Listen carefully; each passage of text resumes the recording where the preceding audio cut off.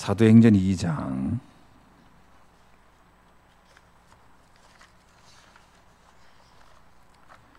사도행전 2장 1절에서 4절 말씀을 보시도록 하겠습니다.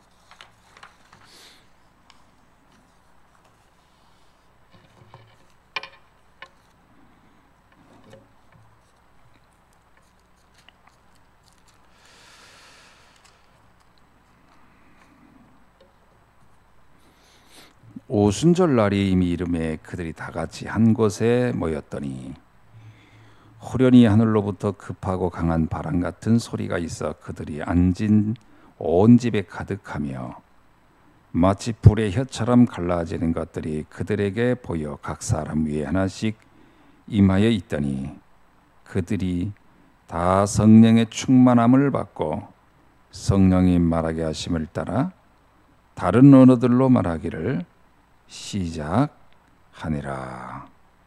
아멘. 이 사도행전 2장 1절에 4절의 말씀은 우리가 그냥 예사로 볼 수도 있거든요. 그냥 슥 지나가면서 읽으면 그냥 오순절 날에 뭐 어떤 일이 있었던가 보다 이렇게 보기 쉬워요. 그런데 사실은 이 사도행전 2장 사건은 교회사적 또 구원사적으로 보면은 굉장한 중요한 전환점이 되는 사건입니다. 성경을 구약과 신약으로 쭉 이렇게 나열해서 보면 어떤 사건마다 그냥 평범한 일도 있는가 하면 어떤 하나의 사건은 우리가 보기에는 되게 사소해 보여도 그 신앙의 또 하나님의 구원 사건 속에서 굉장히 의미가 있는 사건이 있습니다. 예를 들면 삼손이 뭐 이렇게 사람들을 뭐 죽였다 뭐 이런 얘기를 하면 그거는 사건은 되게 커 보여도 그건 굉장히 사소한 일로 보여질 수 있을 만큼 여러 가지 사건 중에 하나지만 우리가 알고 있듯이 아브라함이 고향을 떠났다라고 하는 사건은 이건 또 완전 다른 이야기거든요. 그러니까 우리가 흔히 말하면 아브라함이 갈대우르를 떠났다 이 사건은 기독교 역사의 구약과 신약의 흐름을 또 보면은 그거는 일종의 하나님의 구원 사역의 그 전환점이 되는 사건입니다. 그래서 그걸 이제 족장 시대 이전과 이후 이렇게 나눈다고 흔히 말하는 거죠. 또 하나가 뭐냐면은 우리가 잘 알고 있는 모세의 출애굽 사건입니다. 모세의 출애굽 사건도 이건 또 다른 사건이거든요. 그거는 그야말로 이제 또 하나의 전환점이 되는 사건입니다. 그래서 아브라함의 갈대우르를 떠난 사건, 그리고 모세의 출애굽 사건 이런 것은 여러 사건 중에 하나가 아니라 굉장히 중요한 전환점이 되는 사건들입니다. 그러는 중에 이 오늘 오순절 날이 이미 이름에라고 하는 이 사건은 어떤 거냐면 교회 시대를 알리는 굉장히 중요한 전환점이 되는 사건입니다. 그러니까 마치 아브라함이 고향을 떠난 이거는 굉장히 평범해 보이는 이야기지만 굉장히 중요한 전환점이 되는 사건인 것처럼 사도행전 2장 1절로 4절은 드디어 교회 시대를 알리는 그야말로 뭐 전야제 같은 사건이에요. 전환점이 되는 사건이요. 그야말로 굉장히 중요한 영적 흐름의 변곡점이다. 이렇게 볼 수 있는 사건입니다. 이 사건을 계기로 해서 이제 흔히 우리가 말하는 초대 교회의 시대가 열리는 것이 바로 이 사건입니다. 그래서 이 사건 중에서 굉장히 중요하게 봐야 될 게 뭐냐면 요엘서 예언의 성취입니다. 요엘이 그 예언을 했거든요. 뭐라고 얘기를 했냐면 요엘서 2장 28절에서 하나님이 말씀하시기를 말세 내가 내 영을 모든 육체에 부어주리니 너희의 자녀들은 예언할 것이요 너희의 젊은이들은 환상을 보고 너희의 늙은이들은 꿈을 꾸리라. 그때에 내가 내 영을 내 남종과 여종에게 부어주리니 그들이 예언할 것이요. 이렇게 나옵니다. 이거는 요엘서의 그 수백 년 전에 했던 교회 시대의 예언에 그야말로 이제 성취가 되는 사건이 바로 오순절 날의 사건이다. 이렇게 볼 수가 있는 거죠. 자, 그렇다면 우리는 이제 이 초대교회의 시작의 가장 중요한 장소가 어디냐라는 거예요. 장소가 바로 우리가 알고 있듯이 마가의 다락방입니다. 사도행전 1장 그 13절에 보면 그들이 유하는 다락방으로 올라가 베드로, 요한, 야고보, 안드레, 빌립, 도마, 바돌로메, 마테 및 알페오의 아들 야고보, 셀롯인 시몬의 야곱의 아들 유다가 다 거기 있어. 이렇게 나오죠. 바로 이 감람원이라고 하는 곳에서부터 안식일에 가기 적당한 위치에 있었던 한 집 마가의 다락방에서부터 모여서 그들이 이제 기도하는 중에 일어난 사건. 그래서 우리는 쉽게 이 사건을 가리켜서 이제 마가 다락방 사건이다 이렇게 표현하기도 하죠. 자, 그러면 우리가 이제 이 마가 다락방 사건이라는 얘기는 쉽게 말하면 초대교회의 시작이요 전도 운동의 시작점이다. 이렇게 볼 수가 있는 사건입니다. 자, 이때 여기서 시작된 일이 뭐냐라는 거예요. 여기서 가장 중요한 것이요. 일단 이들은 사도행전 1장 1절, 3절, 8절의 말씀을 붙잡고 그들이 그곳에서 오로지 기도에 힘썼다고 하는 이야기입니다. 이게 아주 중요합니다. 그러면 사도행전 1장 1절, 3절, 8절이 뭐냐? 1절은 구원자인 그리스도죠. 3절은 하나님의 나라에 관한 얘기고요. 8절은 성령의 역사에 관한 얘기입니다. 이 이야기는 초대교회 이 세 주제는 구약에 오랫동안 말해왔던 유월절, 오순절, 수장절의 사건을 표현하는 이야기입니다. 유월절은 구원을 얘기하고요. 오순절은 성령의 동행이잖아요. 그리고 수장절은 천국의 보장입니다. 하나님의 나라에 관한 거죠. 이 세 절기와 이 세 주제는 사실은 구약과 신약이 관통하고 있는 동일한 주제예요. 그래서 하나님이 이스라엘 백성을 출애굽시킬 때 또는 아브라함을 떠날 때 제일 중요한 게 뭐냐면 하나님과의 회복되는 언약이잖아요. 그것이 구원입니다. 그리스도의 아브라함도 사실은 엄밀하게 보면 오실 메시아를 보고 떠나는 거거든요. 모세도 마찬가지입니다. 피 언약 자체가 그리스도를 상징하는 거죠. 그 다음에 오는 게 뭐예요? 성령의 동행입니다. 그렇죠? 성령이 함께하는 거예요. 그리고 마지막이 가나안의 정착입니다. 하나님의 나라를 그곳에서 누리고 전하라는 얘기잖아요. 그게 동일합니다, 사실은. 이게 어떤 성경의 주제들이 성경을 이렇게 구속사적 관점에서 보면은요, 이게 하나의 짝을 이루고 있어요, 정확하게. 이 비밀을 이해했던 사람들. 그러면 유대인은 절기를 다 지켰는데 그들은 왜 몰랐냐? 그들은 핵심인 복음의 내용, 하나님 나라에 대한 내용, 성령의 내용은 빠지고 형식만 지켰던 거거든요. 그 내용은 관심이 없어요. 그냥 형식이에요. 이게 오늘날 교회의 모습이기도 합니다. 그게요, 유럽 교회, 미국 교회를 보면은 구원에 대한 내용은 싹 빠졌어요. 그리스도에 대한 관심 없어요. 성탄절 이런 절기만 열심히 지키지. 신기한 거예요. 그러니까 유대인들이 유월절 그렇게 열심히 지켰지만 그리스도 전혀 몰랐던 것처럼 오늘날 전 세계 교회가요, 성탄절 이런 거 잘 지키잖아요. 뭐 축제도 많고. 그러나 그 성탄절의 주인공인 그리스도에 대해서는 상당히 무감각해요. 몰라요. 그러니까 뭐 그리스도라는 말이 뜻도 잘 모르죠. 성탄절이란 말이 그리스도가 온 날이잖아요. 근데 뭐 주인공이 산타가 돼 버렸으니까 다 바뀐 겁니다. 자, 이게 우리가 흔히 말하는 오순절, 뭐 칠칠절 뭐 이런 거잖아요. 초막절. 이게 전부 다 무슨 절기 지키는 거로 갔지 그 내용은 전혀 모르고 있는 거죠.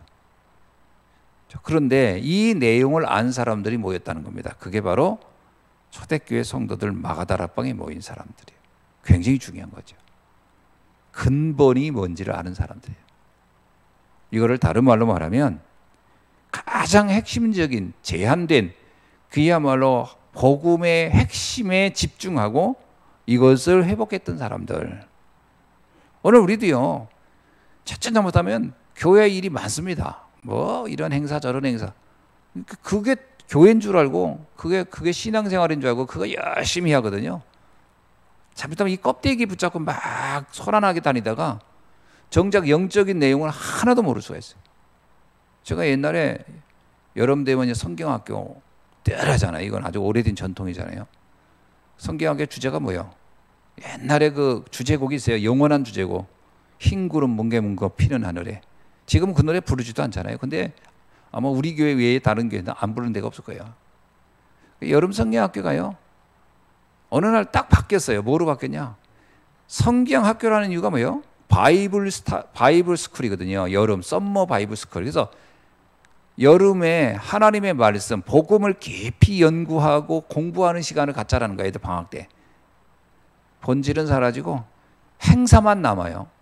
열심히 풀장 가서 놀고 뭐 하다 보면 애들이요, 그 소란한 놀이 중에 복음은 하나도 기억 못하고 뭐 전달하지도 않지만 들어도 관심 없지. 뭐만 남죠? 행사만 남아요. 행사만. 이런 경우가 정말 많아요. 그러니까 여름 성경학교라고 하는 것을 어느 날부터는 하나님의 말씀을 증거하고 배우는 시간이 아니고 노는 시간이 돼버렸어요. 그래서 모든 관심이 노는 데 집중하는 식으로 딱 가버렸어요. 그러니까 뭐예요? 유대인들이 절기 지키다가 내용을 하나 모르는 거하고 똑같은 거예요. 이게 한국교 세계교회의 위기입니다. 근본에 관한 부분에 접근할 수 있는 관심들이 없다라는 거예요. 참 이게 안타까운 거죠. 그래서 어떻게 해야 되나? 다 알면 좋은데 다 알 수는 없는 거예요. 예수님도 그때 당시에 그 많은 무리가 예수님을 따라왔지만 그들이 복음을 다 알면 좋지. 그 복음을 전해보지만 반응하는 게요, 언제나 소수만 반응하는 거예요. 그래서 전부 반응하지 않아요. 그럼 그 소수를 어떡하냐? 소승을 집중하는 겁니다. 그 예수님의 사역 중에 12사도 70인 제자를 따로 세운 이유는 결국 반응하는 사람을 따로 모았다. 신앙생활도 마찬가지 같아요. 많은 사람이 다 알면 진짜 좋지만 관심이 결국 있지 않다라는 거예요. 사람들 관심 없습니다. 별로. 진짜 영적인 거 관심 있는 사람은 극소수에 불과할 것이다. 그럼 그 사람을 놓치지 말라라는 거예요. 결국 그들이 다수를 끌고 가야 되니까요.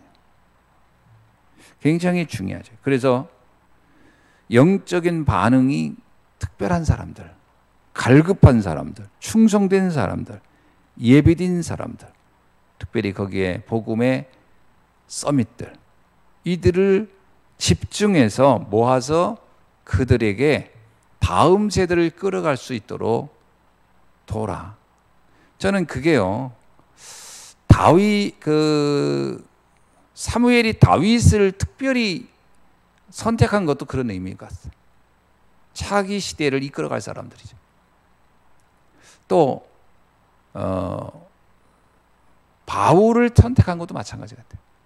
많고 많은 사람 중에 결국은 갈급하고 충성되고 예배되고 반응하는 영적 서밋. 그 사람을 택해서 그 사람을 중심으로 끌고 가는 거예요. 나머지는 그냥 따라오는 겁니다. 그냥 그 사람이 가면 그런가 보다 하고. 이게 우리가 해야 할 중요한 초대교회 다락방 전도 운동을 회복하는 방법이다. 그래서 처음에는 많이 모읍니다. 그게 중요한 거예요. 많이 모아야지. 모아놓습니다. 미스바로 모으라. 다 모아놓고 메시지를 던지죠. 그러면 거기에서 알곡과 쭉정이가 딱 가려집니다. 복음을 전해보면 복음에 반응하는 사람이 있고 복음에 무감각한 사람이 있어요. 거의 10분의 1이 떨어져 나간다고 합니다. 10의 9할은 떨어져 나간다고 봐야 됩니다. 예수님을 따르던 수천 명, 뭐 오병이어 기적하고 이럴 때 막 3천 제자 5천 명 막 따라왔는데 성경 어디에는요, 막 구름 같은 많은 무리가 다 떨어져 나갑니다. 그리고 마지막 딱 소수가 남는 거죠. 그게 마가다락방에 모였던 사람들입니다. 120명. 그들에게 어떻게 하느냐? 현장으로 보내는 겁니다. 흩어지는 전도운동입니다. 현장으로 보내는 게. 그들을 모아놓고서 그냥 똘똘 뭉쳐가지고 무슨 친교 모임 하듯이 맨날 그들끼리 모이냐? 그게 아닙니다. 그래서 옛날에 호켄다이크라는 유명한 신학자가 말했어요. 교회는 두 가지다. 모으는 교회와 흩어지는 교회. 그러니까 주일에는 모이지만 월요일부터 나머지 토요일은 흩어져야 된다, 교회는. 그래서 모였다가 예배드리고 은혜 받고 사명 확인한 다음엔 다 현장으로 흩어져야 된다. 그게 흩어지는 교회. 굉장히 중요한 얘기였거든요. 그리고 나서 또 뭐냐? 그들이 가서 뭐 하느냐면 바로 그들이 또 똑같은 일을 하는 겁니다. 복음을 전하는 거예요. 그러면 거기에 분명히 또 갈급한 자, 충성된 자, 예비된 자, 영적 서밋이 반응한다는 거죠. 그들을 또 모아서 뭐하다? 치유해라는 거예요. 치유하고 서밋으로 세우고. 그래서 그들이 팀을 꾸리는 거예요. 현장 팀입니다. 우리가 이 다락방 운동이 바로 그거든요. 사도행전 13장에 보면 바울의 팀 5인 1조가 딱 흩어지잖아요. 근데 그 5인 1조가 굉장히 중요한 팀이죠. 바울의 팀이라고 해서.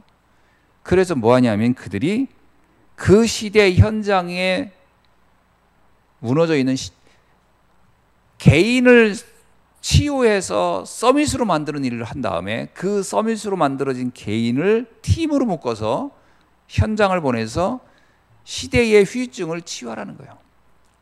시대의 후유증을 치유하고 그 다음에 마지막이 뭐냐? 홀로 살아남을 수 있는, 어떤 곳에 있어도 누가 도움 주지 않아도 살아남을 수 있는, 지속할 수 있는 제자로 세우는 것. 요게 다락방 운동입니다. 그래서 많은 사람들이 다락방, 우리가 뭐 다락방 하면 뭐 유광수 목사 다락방 뭐 그래가지고 뭐 이단이라고 막 누명 씌우고 하는데 이게 이해가 안 돼서 그런 거예요. 그분들이 뭘 이해가 안 되냐면 일반 교회의 가장 큰 단점이 뭐냐면 몇 가지가 있습니다만 그 중에 하나가 뭐냐면 정확한 복음을 얘기를 안 한다는 거예요. 그냥 이런 행사 중심이고 그 친교 중심이에요. 교회 와서 무슨 동호회 모임 비슷하게 이렇게 모이는 겁니다. 그래서 그냥 친한 사람끼리 서로 그래서 뭐 교회가 이제 무슨 사교 클럽 비슷하게 되는 거예요. 사교 클럽 비슷하게. 그래서 모여가지고 그냥 맨날 재미있게 노는 거지요. 말씀은 그냥 하나의 그들을 모을 수 있는 하나의 수단에 불과한 거야. 본질은 다른 데서, 관심은 다른 데서 맨날 모여가지고 이제 고기 먹고 뭐 놀고 그렇게 하는 겁니다. 다시 말하면 메시지가 굉장히 약하다는 거예요. 복음이라고 하는 것이 모이는 이유고 교회의 핵심인데 메시지는 약하고 다른 것이 굉장히 강화되어 있는 게 문제고요. 또 하나는 뭐냐? 절대로 흩어져서 현장에서 전도한다는 게 아니라 그냥 모여있는데 이 목적을 둔 거예요. 모여있는데. 그러니까 어떻게 하면 많이 모을까 하거든요. 근데 교회는 그게 아니거든요. 모으면 흩어져야 되는 거예요. 그래서 초대교회는 모여가지고 예배드리는 시간이 많았지만 반대로 늘 모든 사람은 흩어졌습니다. 빌립이 나가서 사마리아로 가죠. 에티오피아 내시 만나죠. 다 복음 전하잖아요. 스데반도 복음 전하고 다 흩어져야 돼요. 또 하나는 뭐냐? 제자 찾아 세우는 거거든요. 근데 이게 잘 서로 안 맞는 거예요. 일반적인 교회들은 이 일에 일단 잘하냐 못할 떠나서 관심이 없거든요. 그러다 보니까 이것을 막 강조하고 이걸 해야 된다 하는 우리들한테 색안경을 보는 거예요. 색안경을 끼고 이상하다. 쟤들 왜 저렇게 하냐. 신앙생활 왜 저런 식으로 저렇게 쉽게 말하면 이거죠. 아이고 극성맞게도 하네. 이게 괜히 극성맞아 보이는 거거든요. 그거는 초대교회를 보면 초대교회 성도들이야말로 최고 극성맞은 사람들이에요. 스데반을 보세요. 스데반이 얼마나 극성맞은가. 목숨이 위태로우고 죽이겠다는데도 끝까지 복음 전하잖아요. 오늘날 일반 성도들이 보면 이해가 안 되는 거예요. 스데반의 모습도 그렇지 빌립의 모습도 그렇지 도저히 이해가 안 되는 거예요. 그와 비슷한 거예요. 이게 서로 색깔, 뭐 관심, 포인트, 뭐 키 이게 다 좀 다르다. 그래서 뭘 우리가 회복해야 되냐. 교회가 이것저것 하면 좋죠. 그러나 진짜 핵심을 놓치면 유대교처럼 되는 거예요. 뭔가 열심히 유대인들 모였는데 안식마다 자기들마다 막 그냥 곳곳에다가 로지 만들고 별짓 다 했는데 결국 된 게 아무것도 없는 거예요. 자, 잘못하면 이렇게 되는 것이다. 두 번째는요. 결국은 우리가 주님이 우리 보고 현장으로 들어가라. 이 얘기는 뭐예요? 들어가서 뭐 하라는 얘기입니까? 딱 빌립의 그 발걸음을 보면 답이 나와요. 빌립은 아무도 가지 않는 사마리아 들어가서 복음 전해서 그들을 치유합니다. 그죠? 온갖 질병 환자도 다 내쫓고 하나님 나라가 그 성에 기쁨이 충만했더라. 바울도 보면은 구브로 섬에 가가지고서 귀신 들린 그 총독 치유하고 빌립보에 가서 루디아 만나 제자 세우고 거기에 있는 귀신 들린 여종이 그 도시를 완전히 다 휩쓸고 있는데 그거 치유하고 에베소 가가지고 또 그 마수라는 책 가지고 그 온갖 사람들 다 그냥 현혹해서 무너뜨린 그것에 복음으로 그걸 다 불태우고 이걸 보면 현장에 가서 우리가 할 일이 뭔가 사람들이 지금 잘못된 사상과 잘못된 신앙관으로 완전히 우상에 빠져서 시달리고 있고 노예 포로 속국된 그 현장을 치유하고 바꿔주는 일이 결국 우리가 하는 목적 아니냐. 오늘날 많은 사람들이요 얼마나 마음의 병, 정신적인 질병, 온갖 문제에 시달리고 있습니까? 이제 육체의 질병까지. 마음 한번 편하게 사는 사람들이 거의 없다고 봐야 돼요. 특히 우리나라는 이게 얼마나 이 경쟁력이 심한지 제가 최근에 통계를 보니까 OECD 국가 중에 우리나라가 자살률 1위라고 하잖아요. 청소년. 근데 더 충격적인 것도 봤어요. OECD 국가 중에서 자폐 환자 세계 2위예요. 자폐 발생률. 그 왜 그러냐 이런 거 있더라고요. 애들이 태어나가지고 4살, 3살, 4살까지 가장 중요한 시간에 부모들이요 아이들하고 함께 하지 않는다는 거예요. 절대. 부모들이 다 나가가지고 일하고 아이들을 그냥 부모하고 같이 이렇게 키워야 할 가장 중요한 시간에 애들을 그냥 다 방치해버리는 거예요. 바쁘다는 이유로, 돈 벌어야 되는 이유로. 그러니까 또 재미난 거예요. 저녁에 가족들이 와가지고 아이들하고 놀질 않는다는 거예요. 우리나라는 밥 문화가 너무 발달해가지고 밤에 가족들이 모여서 같이 얘기하고 오손도손 대화를 해야 되는데 그 시간에 부모들은요 밥 문화가 너무 발달했어요. 애들한테 핸드폰 하나 주고 그냥 놀게 하고 너 TV 봐라. 부모는 따로 노는 거예요. 그러니까 낮에도 바빠서 아이들하고 대화를 안 하지. 저녁에는 밥 문화가 발달해가지고 부모들은 나가서 뭐 맥주 마시든지 뭐 놀든지 그러지. 애들은 늘 방치돼. 그러니까 낮에 방치돼, 밤에 방치돼. 그러니까 이게 자폐적인 아이들이 많이 나올 수밖에 없는 환경을 가지고 있다라는 거예요. 우리나라의 문화가. 외국은 저녁 7시, 8시 되면 못 나가잖아요. 일단 밤 문화가 위험해서 못 나가기도 하고 밤에 되면 다 불 꺼가지고 어디 갈 데도 없고 그게 자꾸 나쁘다고만 얘기하는 게 아니라 그게 가족들끼리 서로 모여서 같이 있는 시간을 만들 수밖에 없는 문화.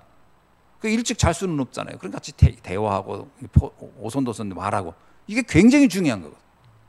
이게 없는 거예요.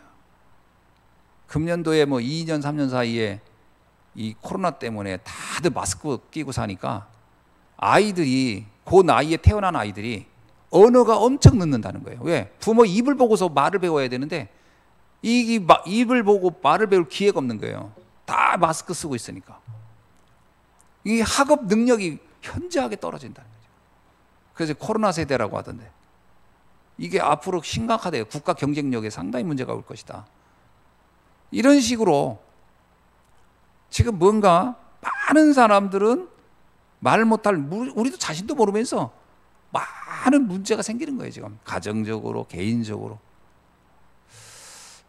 그래서 참 이게 빨리 우리가 이게 뭔가 이 시스템 자체가 문제가 된 거예요. 시스템이. 아이들이 방치될 수밖에 없는 시스템. 부모하고 함께 대화할 수 없는 시스템. 그러니까 세계 OECD 국가 중에 자폐율 2위 한국이. 심각하더라고요.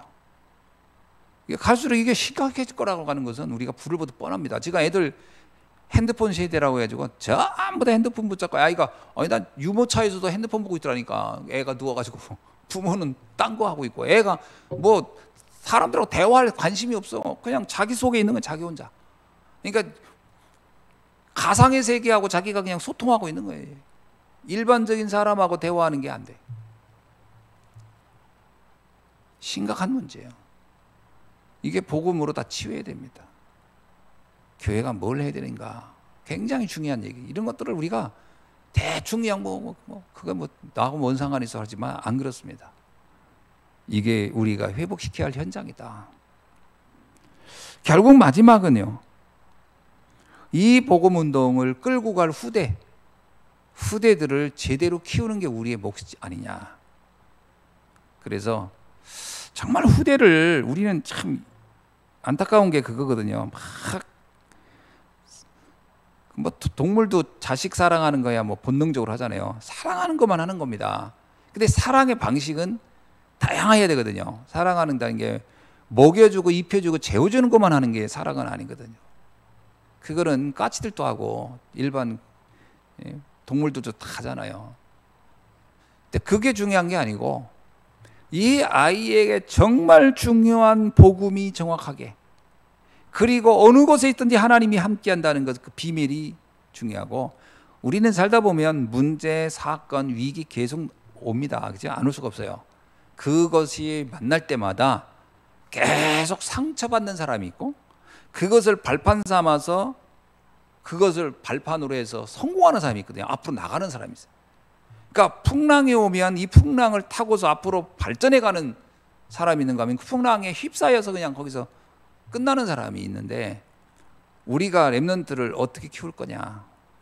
풍랑을 거슬러서 올라가는 그야말로 이 위기와 상황, 문제와 사건을 거슬려서 그것을 뚫고 나가는 강한 렘넌트로 키울 거냐. 그것이 무서워서 쩔쩔매고 숨는 아이로 키울 건가. 이건 우리가 정말 렘넌트 교육에 굉장히 많은 부분 생각해 봐야 돼요. 근데 부모들은 사랑이라는 이유로 무조건 보호하는 것이 전부라고 생각하거든요. 보호하면 당장은 따뜻하고 좋지만 그게 필요한 시간도 있죠. 보호하는 시간이 있지만 나중에는 강력하게 강하게 내보내는 시간도 있어야 되고 세상과 맞서게 하는 시간도 있어야 되고 이겨내도록 하는. 국교에서 나는 다윗이 그 아버지 이새가 정말 잘한 것 같아요. 딱 애가 성장이 돼서 이제 앞가름을 할 나이가 딱 되니까 무조건 가서 징표받아 와라. 전쟁터를 내보내잖아요. 가서 경험하도록. 이거는 굉장히 현장의 세상에 대해서 직면해서 스스로 대면해서 싸우도록 도와주고 거기서 하나님이 함께하는 힘을 얻게 하고 체험하게 하고 능력을 체험하게 하고 이건 굉장히 중요한 건데 이런 부분을 못하는 거예요. 위기가 온다? 그럼 무조건 보호해주고 너는 여기 가만히 있어. 넌 아무것도 하지 마. 너 힘들지? 피곤하지? 그러니까요. 지도자가 나올 수가 없는 거예요. 영적 서밋 앞서가는 사람이 나와야 되는데 이걸 막 뚫고 가는 사람이 있어야 되는데 미지의 세계를 뚫고 가고 그야말로 길이 없으면 길을 내를 깃발을 들고 막 갈 사람이 필요한데 다들 남들이 해놓은 길을 따라가려고만 하니까 이게 심각한 거예요. 그러니까 교회에 청년들이 없는 거예요. 뭔가 이 시대를 바라보면서 이 시대를 끌고 갈 수 있는 지도자가 나와야 되는데 이게 우리가 해야 할 렘넌트 사역이라고 저는 보거든요. 후대를 이렇게 키워내야 되는데 너무 유약하게 키는 거예요. 그래서 우리 렘넌트에게 이것을 할 수 있도록 집중의 시간을 주자. 가르쳐야 됩니다. 그것이 막 3주가 됐든 3개월이 됐든 2년이 됐든 매주가 모여든 그 시스템을 가져야 돼요. 뭐 미션홈을 하든 뭘 하든 계속. 그래서 그들을 현장을 향해 파고 들어갈 수 있도록 그런 강한 렘넌트로. 그래서 미래를 보면서 오늘을 살 수 있도록. 그래서 미래를 보면서 렘넌트들이 만나보면 어른들만 염려하는 게 아니고 애들도 희한하게요, 미래를 늘 염려 속에 살아요. 늘 염려, 근심, 걱정. 그러니까 애들이 극도의 스트레스 속에 있는 거예요. 이게 나는 애들이 스트레스를 가질 수 없도록 만들었다, 환경이. 왜? 이게 미래가 당당해야 되고 아무것도 문제 안 돼 이라고 나가야 되는데 미래만 생각하면 기운이 빠지는 거라. 미래만 생각하면 염려부터 오는 거예요. 그러니까 애들이 힘이 하나도 없는 거예요. 무기력하고. 참 이걸 보면서 우리가 빨리 이 법원을 뚫고 가야 되고. 그래서 결론이 뭐냐? 위드 임마누엘 원니스가 개인적으로 누려져야 돼요. 내 개인적으로 위드, 하나님이 나와 함께, 임마누엘 지금도 나와 함께, 우리와 함께, 원니스, 어떤 것이든지 모든 게 합력하여 선하게 하시는 하나님의 계획, 이게 딱 믿도록 도와줘야 되거든. 이게 사실 우리가 복음 전하는 핵심 아닙니까? 또 하나는요, 오직 유일성 재창조예요. 오직입니다. 오직 답 딱 나오면 급작 가는 거예요. 단순해야 돼요. 신앙생활은 아주 단순해야 돼요. 오직입니다. 딱 단순하게. 유일성, 나만 할 수 있는, 하나님이 내게 준 고유한 것 딱 잡고, 재창조, 그 누구도 할 수 없는 걸 살려내는, 그것을 할 수 있는 시스템으로서의 나, 플랫폼으로서의 나, 이거 붙잡고 우리가 24, 하나님 나라 25, 그리고 나의 운명을 바꾸는 영혼의 비밀까지 딱 붙잡고 갈 수 있도록, 이게 우리가 해야 할 중요한 사도행전 2장 1절에서 4절까지 있는 이 말씀의 중요한 요지다, 이렇게 볼 수 있을 겁니다. 이 말씀 붙잡고 우리가 오늘 또 다시 한번 언약을 확인하고 기도하는 축복된 아침 되기를 주의 이름으로 축원합니다. 기도하겠습니다. 하나님 감사합니다. 오늘 주신 말씀 정말 다시 한번 우리가 깊이 묵상하면서 한 시대의 전환점이 됐던 오순절 날의 그 초대교회 사건이, 마가다락방의 그 사건이 오늘 우리의 인생의 사건이 되게 하시고 우리 교회의 전환점이 되게 하여 주시고 우리가 앞으로 신앙생활하는 중요한 출발점이 되는 응답을 확인하는 시간 되게 하시니 감사합니다. 이 말씀 붙잡고 깊은 기도와 묵상 속에서 하나님의 정말 중요한 뜻을 회복하고 확인하고 응답 잡고 달려가는 시간 되게 하옵소서. 예수 그리스도의 이름으로 기도하옵나이다. 아멘.